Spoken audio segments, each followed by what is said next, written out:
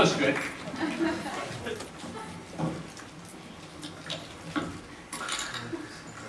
What are your fears? Is anybody afraid to stand up on stage and speak? Is that a common one? Freaks people out. Mine's dancing, one of them. Cannot dance, too white.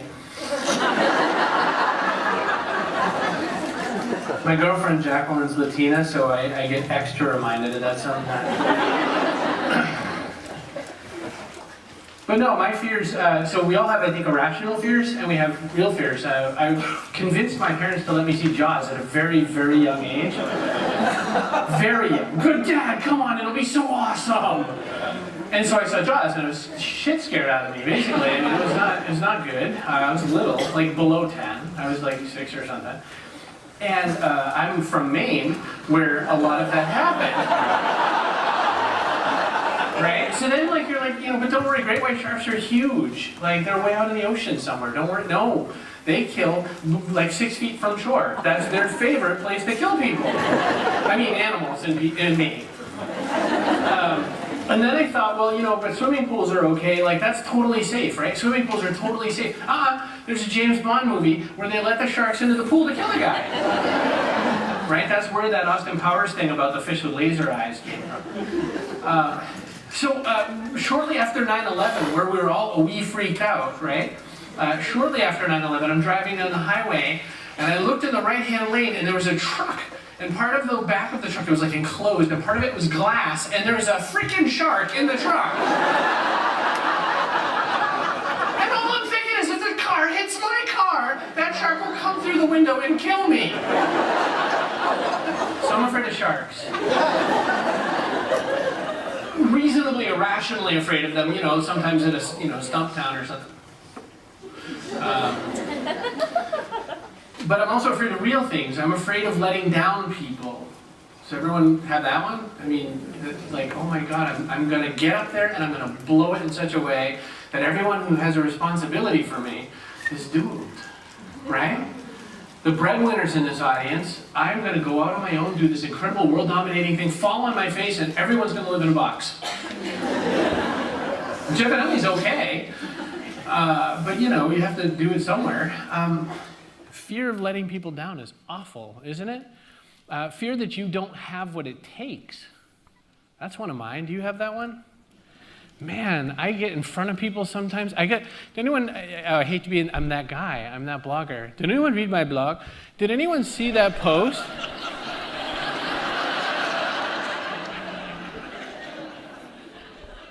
I have this idea that I'm going to try to leap through this at one point. I saw this in a movie. It's got to work. I interviewed Steven Pressfield. Did anybody see that? The guy who wrote Turning Pro? Thank you. Thanks, all 6 of you. This, by the way, is anytime someone says, you're so famous, it's like, no, 6 people. Steven Pressfield, the very first thing we're talking about is they said, so you don't want anybody to do interviews, which is why we're doing this interview, which of course is a time-space continuum problem right there. But I said, you know, why don't you want to do interviews about your book, Turning Pro? And he says, because most bloggers are horrible interviewers that think they're Charlie Rose. So my everything down here shrivels. And I'm live on video with this man, so I'm like, how do I not make a face that just betrays that he just said, you are about to fail? Like I was like nut punched, like in the first 5 seconds of the video. Did anybody see Project X? Like, is that not right in your mind right now? I got it done. You know what I mean? I got it done. I interviewed the man, and I did it because I thought, you know, I've done 100-something interviews. I interviewed Richard Branson. Like, he's got to be, you know, to Pressfield, right? One owns an island. So I got through it, but fear, man. So the opposite of fear is not courage or bravery. I want to talk about being brave today. The opposite of fear is not courage or bravery. I don't remember what it was. No, I kind of really didn't. See, isn't that a great fear moment? Like you forget what you're going to say next? No, the opposite of fear is surrender. The opposite of fear is giving up. The opposite of fear is not really taking the swing, right? Because we've done that too. Don't lie to yourself for a second here. You have hidden your little male or female version of balls away right before you were going to take your little moment. Your huevos. They went away. And so the opposite of fear, though, is not courage. Courage and fear are sidecar partners, right? They are the mac and cheese of the world, right? This is okay. Fear is part of courage. I think of that a lot when I watch superhero movies. Summer superhero season is on. Anybody see Spider-Man yet? Andrew Garfield, man, like Toby who? Oh my God, that kid was so Spider-Man. And he had such angst the whole time. He was going to cry the whole movie. The whole movie. Anytime he had a close-up on him, he was like those little pouty fish lips.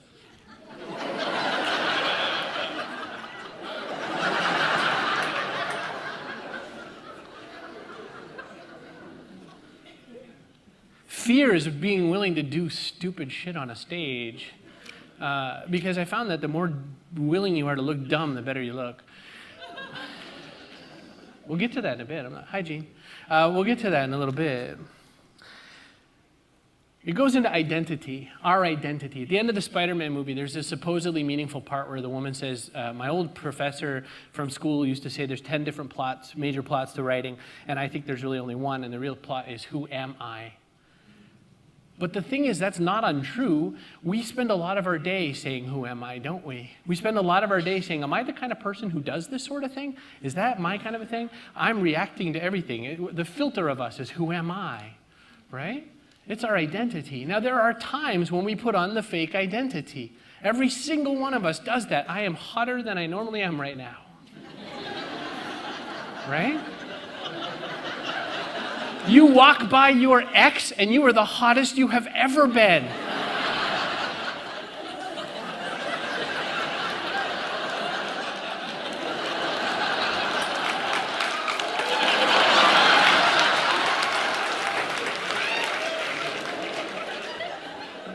Now you might go home and lick your cat's face and go, I love your cat.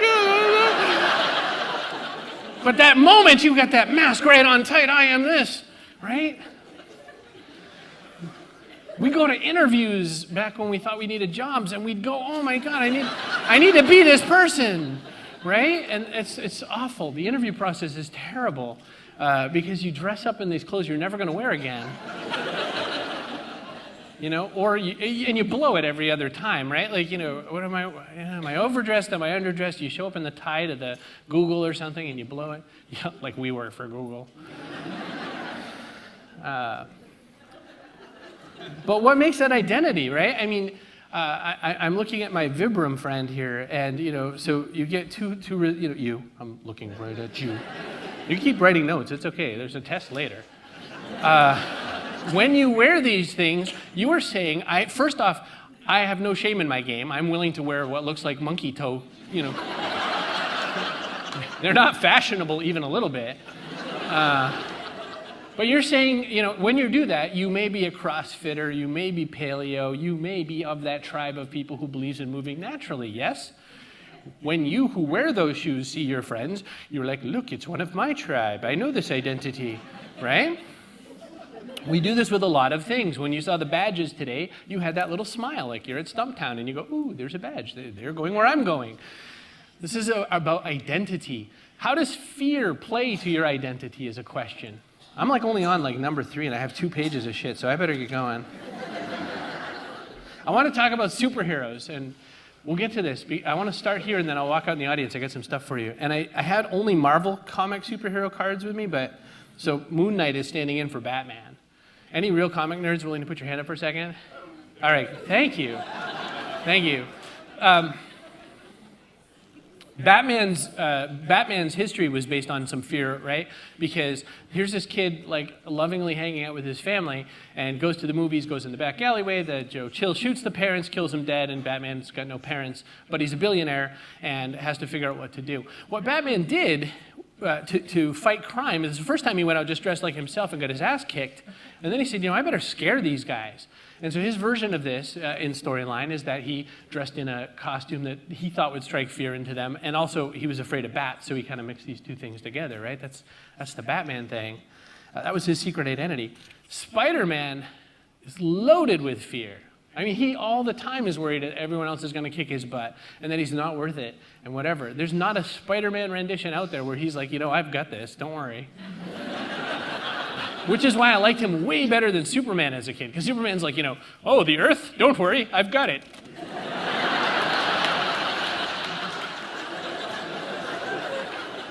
But not Spider-Man, like he couldn't even get laid. He's got all that power, still can't get that done. Not a closer.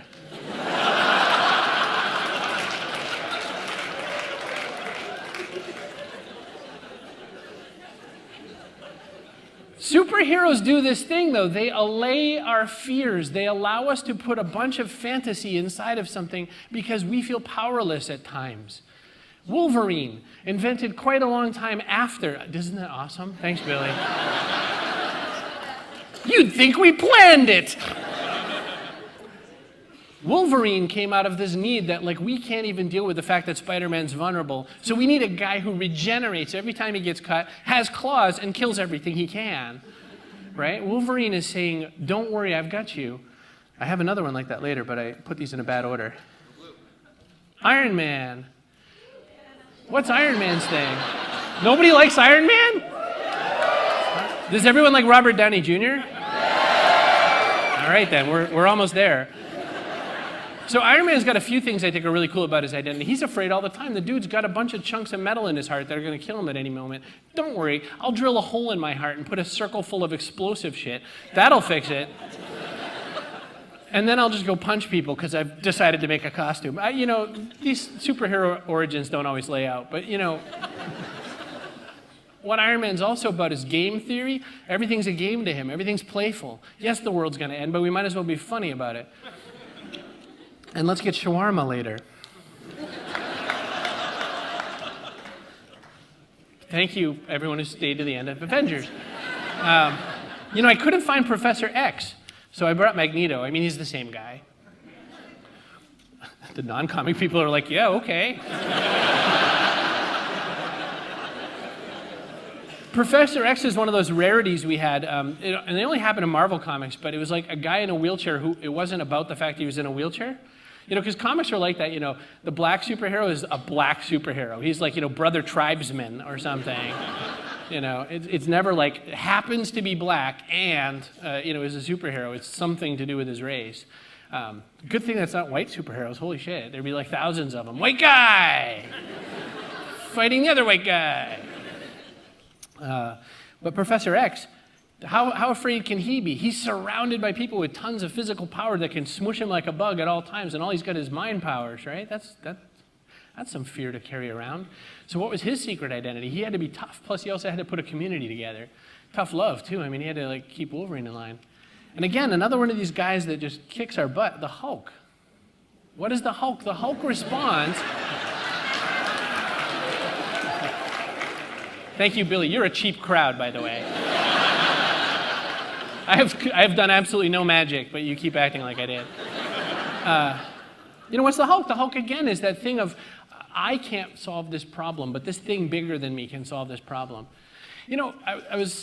Jacqueline and I, my girlfriend, we were looking up Hindu deities and stuff like that. And one of the cool things in the most modern interpretation of Hindu deities is that all the gods are actually aspects of us inside of ourselves. So when you look at superheroes, it's the same thing. The thing we're reacting to is that aspect inside ourselves that we wish we could bring more of out. That's, I think, why I've had a lifelong appreciation for superheroes and what they can do, is that you can look inside. And I'm curious to know what your secret identities are. I'm really curious to know what ones relate to you, what ones resonate. I'm going to start handing out some cards while we talk. Sorry, camera people of the earth. We're going to have to walk out. But what do they symbolize? What do they mean? And as we're doing this, by the way, I want you to think about your superpowers. I want you to think about, and I mean that seriously, and I mean that not just business, I mean it in the thing that people say about you. Chris, with his introduction, said, Chris Brogan is so prolific, he writes all the time, which would be awesome if I wrote things that I sold all the time. Because there's lots of people that write all the time. I mean, you can find them in loony bins. So what I think is, you have to do a little more with your secret identity. If Spider-Man got bitten by a spider, could climb up walls and crap like that, and then went back to work in a Taco Bell, it would be a slightly less interesting movie. Oh, you dropped your drink? I got it, don't worry, I got it.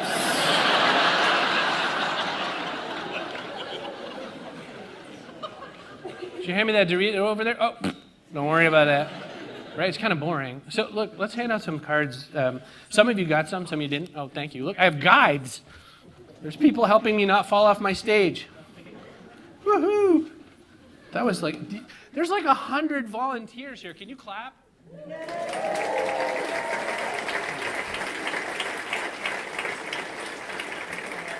Beautiful assistant Jacqueline will help me out too.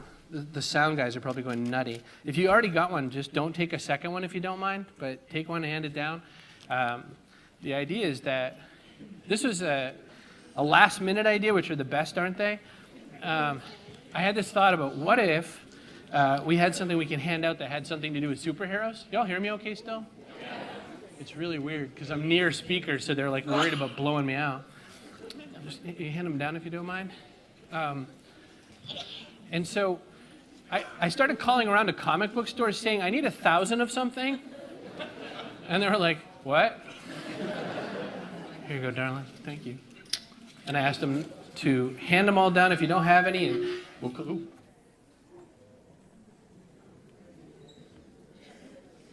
I am ready. Can't see because of my own dumb hair.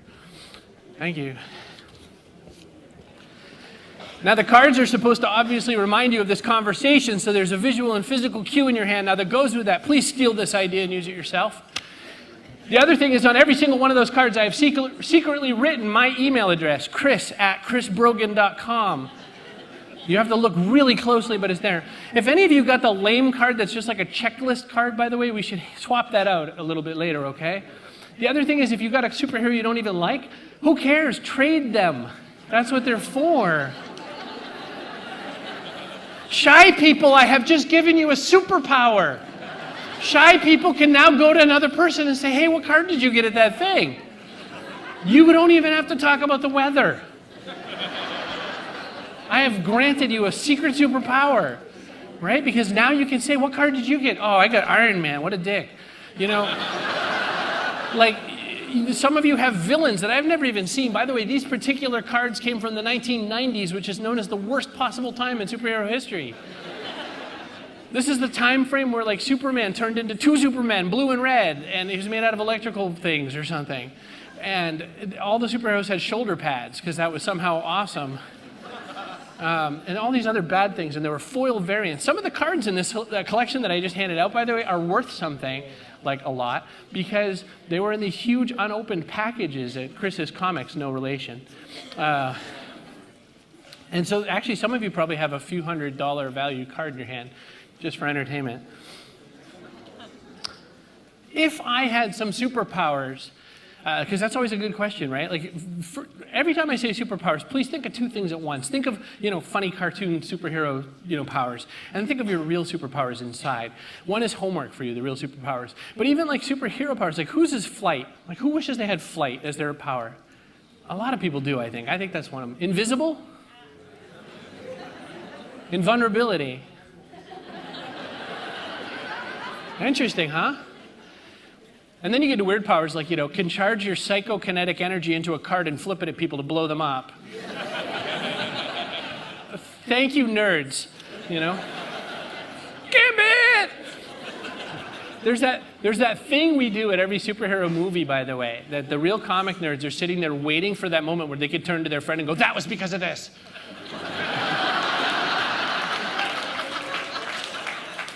Like you're with your girl and she's like politely at the comic movie with you and you're like, oh, that's because this thing happened. Gwen Stacy was the first girlfriend. We have like comic Asperger's or something, I don't know. If I had a superpower right now, the power I'd give myself is time travel. And the reason is I want to go back 20 years and talk to myself. The first thing I would want to say to myself from 20 years ago is learn to untangle. Because one of the most important superpowers I've learned over the last 12 or so months with Jack's help, and a lot of my hard work and therapy and some drugs, and drugs they give depressed people, and Buddhism, is learning how to untangle. No, that's not the drug they give people. Like, that's two things. I got drugs and Buddhism. So I quit the drugs one because it was like boring and expensive. Oh my God, you depressed people in the audience, drugs cost a lot of money. Try to find another way. No, whatever. Medicine helps people. So listen, I'm off track. Untangle. Aren't you here to help? I count on you. It says right here, thank you. It says right here, untangle. Okay. Untangle means, when your parent says to you, I'm disappointed in you, and you actually give a damn and you feel something. Because when your parents say, when anyone says, I'm disappointed, what they're saying is you didn't act on the script that I had written for you. Correct? That is the word disappointment in a nutshell. I had an opinion of you, and I have laid it over you, and somehow you didn't do the thing I thought you were going to do. That's weird. I'm disappointed. That's all that is. It has nothing to do with you. You are working from your script, so you have to untangle from other people's scripts. Now, here's the one that's so depressing for me because I love praise, don't you?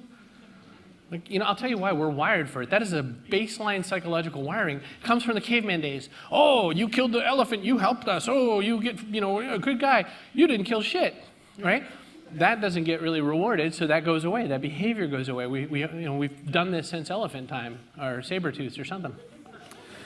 But praise is a tangle problem. We have to also untangle from praise as much as we untangle from criticism. When someone says to me, good job, I can't believe you hit the New York Times bestseller list, I would say that as many times as I can. Because what I love about it is you're in once, you're in forever. So I could be a jerkbag the whole rest of my life, but I'm a New York Times bestselling jerkbag to you. Praise and criticism are in the same game. You can't, if you refuse to accept one, you have to refuse to accept both. Be polite about it. Don't be like, oh, don't praise me. Just thank you so much. Just say thank you. Say thank you to either praise or criticism. The world is better. With me? 20 years ago, I wish I had that lesson. It took me a long, painful way to get there. Probably 30 years ago, I wish I had that lesson. Probably when I was 4, it would have been useful. The next one is confidence. The next thing I would have told myself is if you could figure out confidence earlier, your life would be so much cooler faster. Oh my God, confidence is the sexiest sexy sex thing in the world. Isn't it? You don't have to know anything as long as you're confident.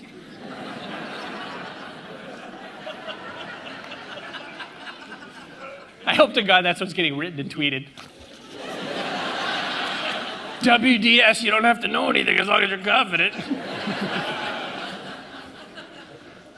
Other people are measuring how great their session went by hugs. I'm dispensing lies.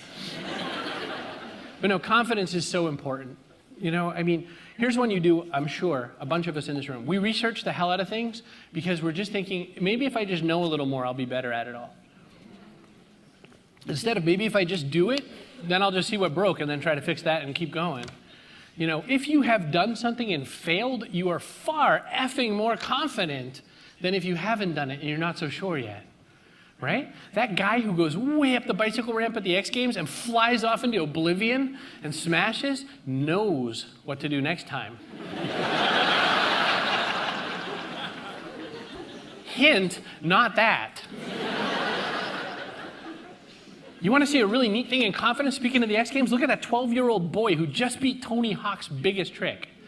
He pulled a 1080. I don't even know how to do that because that's math, but that's like that. And he landed. And then he did it like 4 times. Tony Hawk did that trick like once, and it took him like 80 years to get it again. This kid is 12. At 12 years old, you should be like starting to think girls are hot. And this kid is kind of like, I'm almost, no, I'm not confident. I'm still, it is so awesome watching. It's like puberty, that voice thing, except you can see it on his face with confidence. Because he's done the trick multiple times that the best guy before him couldn't do. You can do that with super small things too. Confidence doesn't have to be a 1080 circle, right? Confidence can be a super tiny thing. I'm going to go say hi to that person that I've been looking at the whole World Domination Summit. I'm going to ask them about their card because Chris gave me a superpower. And I'm going to feel like I got it done, even if that person looks me right in the face and says, get away from me.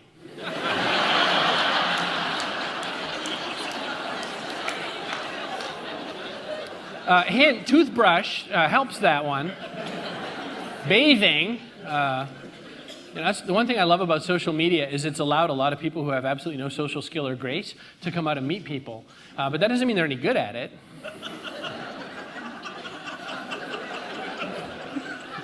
Thank you very much. The third one that I would tell myself from 20 years plus is that you will succeed the weirder you get.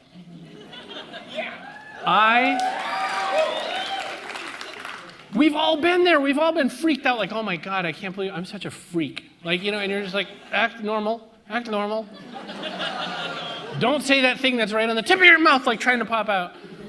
The more times I do it, the more crazy, weird, interesting things happen. I tweeted, I used the Twitters, who has to poop?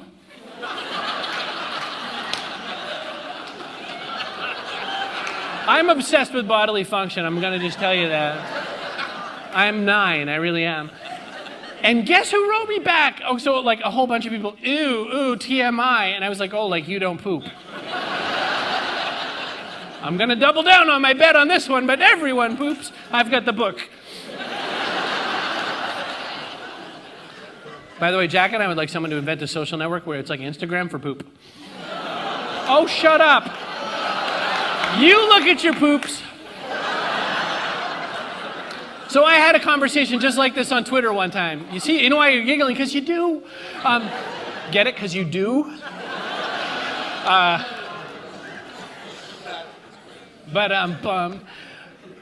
Guess it? See, bum.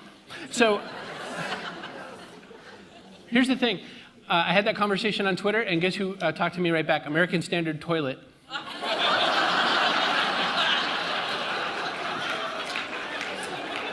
I may or may not be working on a project with them. I'm not even joking.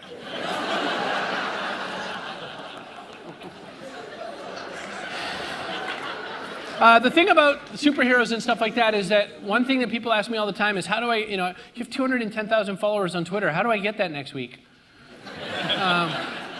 And I would say, well, that's how I did it. I just took a week and I was like, hey, so everybody follow me. Okay.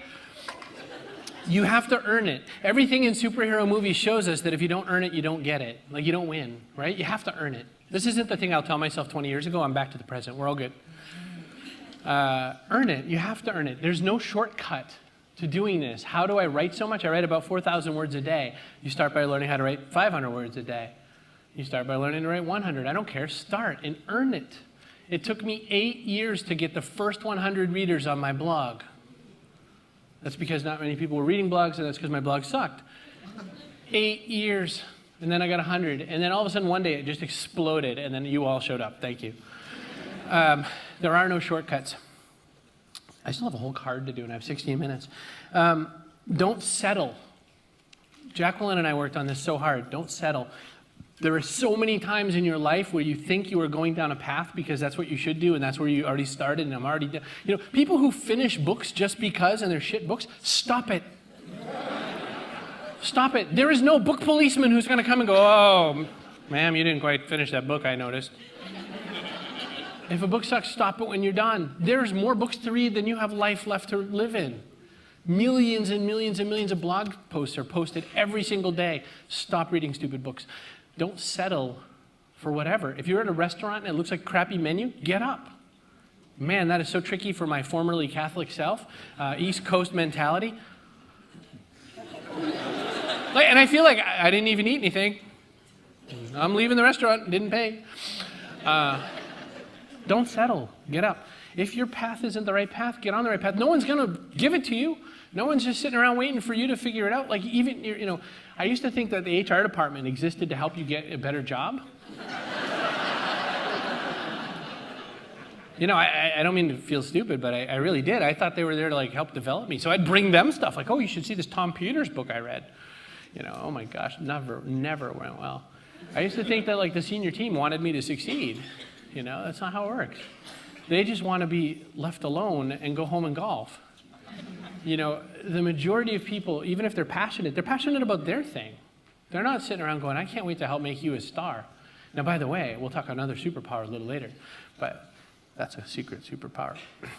Small victories precede public victories. Let's stop a few. Evil bad guys. So the trick about writing a great evil bad guy, Heath Ledger had a conversation with Jack Nicholson about what it was going to be like to be the Joker. And Jack said, you know, it's really freaky and don't do it. It gets in your head and it's horrible. And tragically, we know what happened there. But the best super villains are the villains who think they're actually out to do something good. Any of you who got a villain card, look at that guy or girl and think for a second and think, this person thinks they're in the right. You know, I had a tough life, mom and dad didn't love me, and I just need to take to make it, you know? That's one of their storylines. The Joker's storyline is, you know, the world is too solid, we need to break it up and then it'll be better. You know, he's kind of like plaque removal.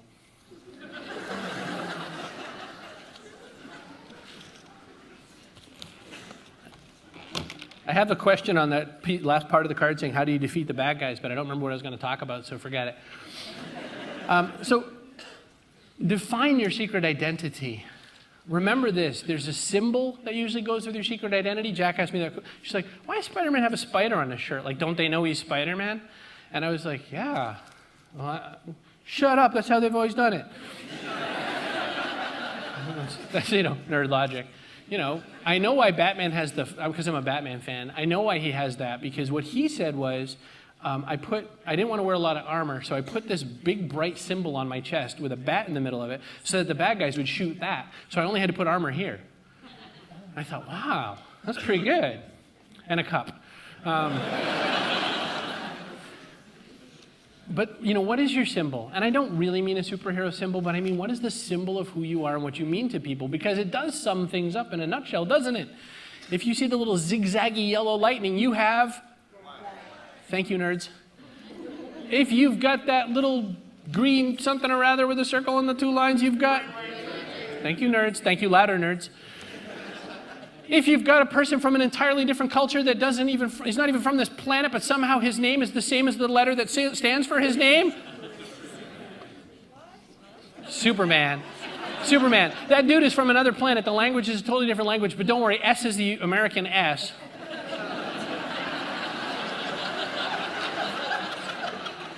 And don't even start me on Aquaman. That dude's got an A on his belt. He's got a belt. He's a man who swims for a living, and he's wearing a belt.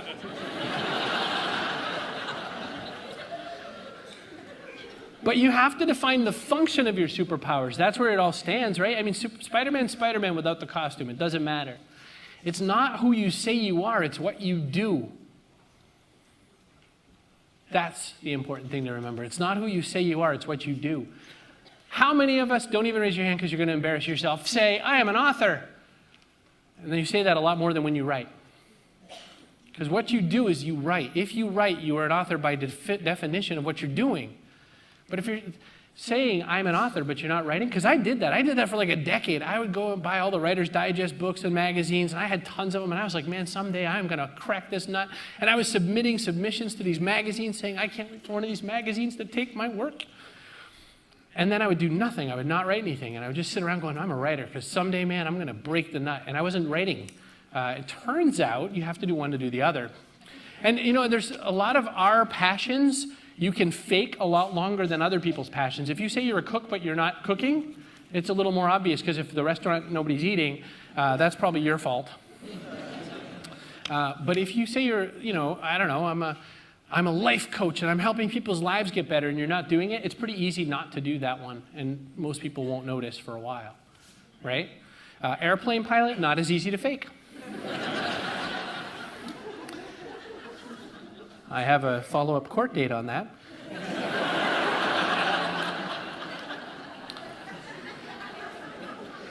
Some of your powers can be things like synthesis. Who in this room is really great at seeing something over here, going over here, and going, oh, I get this. I've got that. You know who wrote an awesome book about that? Andrea Cates, Find Your Next. If you don't remember that, email me, chris@chrisbrogan.com. I'm just going to keep repeating that. It's better than a slide.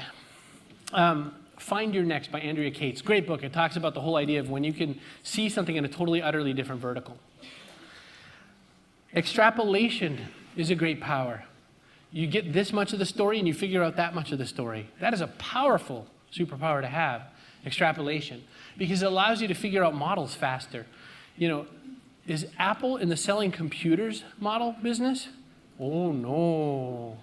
They're in the figuring out a different distribution model business, right?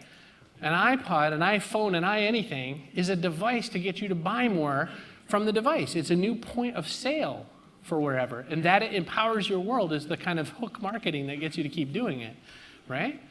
Extrapolate what the real story is. Another great book for that, which you read but didn't really pay a great deal of attention to, is Freakonomics. The incentive lesson is the lesson to take. If you are sitting here right now vaguely embarrassed, like, oh, I read that, but I didn't know about incentive. I just like the sumo wrestler versus the kindergartner.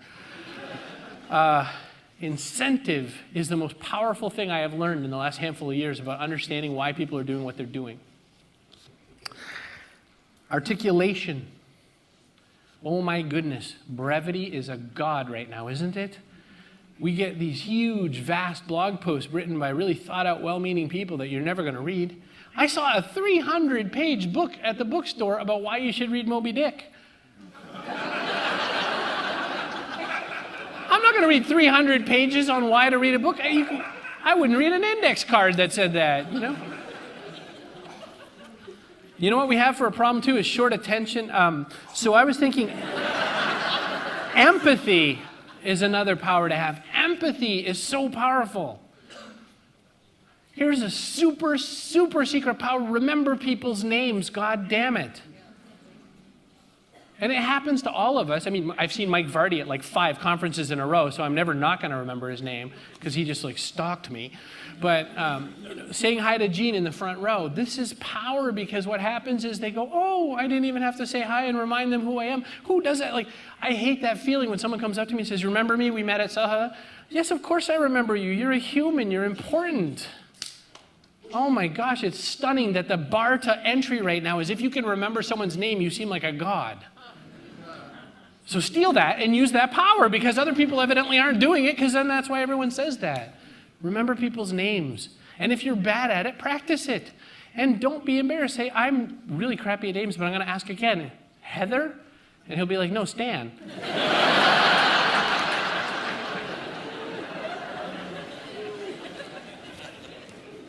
You know, sometimes it is embarrassing, and I'm like, you know, I'm sorry, but can you just remind me? And he's like, I'm your father. Darth Vader, of course. Where am I on this thing? All right. So, Billy, it's back to me and you. The other thing you want in business is you want Batman's database. Batman has no superpowers, just in case you don't know that. He's like a pretty good kick-ass black belt and stuff like that, and he's like a pretty good scientist, but that dude's got a database. The other thing is Batman has a team. He has a family. He's got lots of people. It's not just him and the Butler, and it's not him and Robin. There's, like, if you read the comics, there's like 10 million Batmans now, so it's a little packed up. I got this all in really crappy order. You want Spider-Man's sense of responsibility. Do you know why I write so much? Because it's my duty to write. In Pressfield's Turning Pro, he reminds you, this is your job. You don't get a cookie for doing your job. You do your job. The other thing is Spider-Man's vulnerability. It's important to stay vulnerable. The more you grow, do not believe your own press. Oh my gosh, it's amazing to see people who are on their climb and who suddenly accidentally think that they're all that in a bag of potato chips. The next thing you know, they're down again. It doesn't work. We do not like people who are very big on themselves. I don't remember what I said about Wolverine. Oh, endurance and tenacity. If you are tired and you just want to stop doing what you're doing, you've got to keep going. Tenacity is far better than skill and knowledge. I have a gender-based thing I learned. Do you know that lots of women don't apply for jobs because they don't actually have the qualifications? Dudes go, whatever, I'll figure it out. I'm not making this up. I'm not being sexist. It's a thing. It's a number. You can read it. Tenacity. I have the people that I've hired that have worked out the best for me had no idea how to do what I was asking them to do. Iron Man in a sense of game-mindedness and playfulness. For the most part, no one in the room is working in a situation where other people are going to die based on what you do. And yet we keep our phone beside our bed as if we are a surgeon waiting for the call or a superhero waiting to fly off. And we better check that email first thing in the morning because something really important might have happened. Right? No one's going to die. Keep a game face on. Be fun. Play. I'm almost done. Professor X's, see, this is Magneto again. Professor X's awareness. The fact that he's always aware of what's going on around him, that's an empathy kind of a thing. The more you can learn about what other people are into, the more you seem far more amazing than you truly are. Again, just a reminder, if you didn't get one of these cards, the gang on this side of the room in the yellow shirts probably does have a card. Just don't trade with them because they'll go nutty. And sometimes you need Hulk's rage. Sometimes you need to be a badass. Sometimes you need to step up and just go insane on whatever it is going on. You just got to lose all your sense of cool. And that's the only way it's going to get done. Because think about that. Like, they keep Hulk around. Like, they didn't, except for that time they sent him to that planet. They keep Hulk around. Like, I love nerds. You guys, like, there's 7 of us in the audience who are totally like, I got everything he said. And they're turning to their friend like, that's because of Planet Hulk.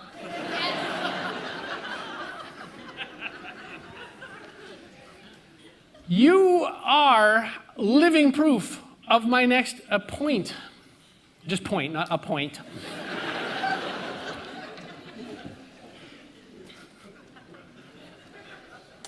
Find a super team. Solo acts never win. Wolverine is with the X-Men for a reason, because he can't do it all himself, because there's only so much, regenerating body parts and adamantium can deal with. He's got to finally eventually go back to the team. So find a team.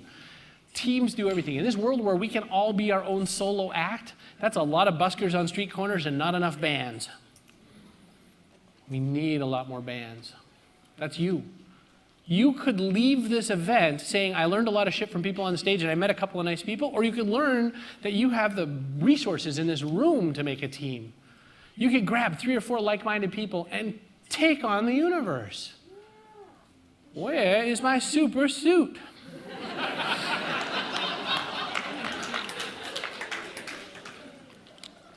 I'm evidently almost done because there's a clock telling me I'm almost done. Clocks. So, I need you to take on amazing challenges, but also small ones too. If you take only small challenges on, you're not that amazing a superhero. If Spider-Man spent his day beating up school bullies, that wouldn't be all that interesting, would it? He's got to also fight the Lizard and Doc Octopus and Rhino and Kraven, the Vulture, Green Goblin, Hobgoblin. No, sorry.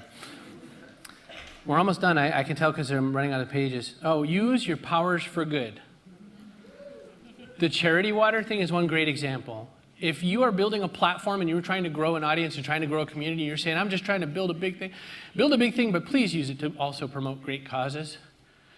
Some of the causes I like are skip1.org, which is you could skip a meal and feed a bunch of hungry kids. Invisiblepeople.tv, which puts faces on homelessness. Boy, in this town, it's really easy to get ground down really fast about seeing all the homeless people. They're a wee bit aggressive sometimes here, I found. But they're not. That's because they're hungry, right? They're not cheery that they're out in that spot. No one was saying, what would be an awesome job? I think asking people for money. Although that's what I do for a living.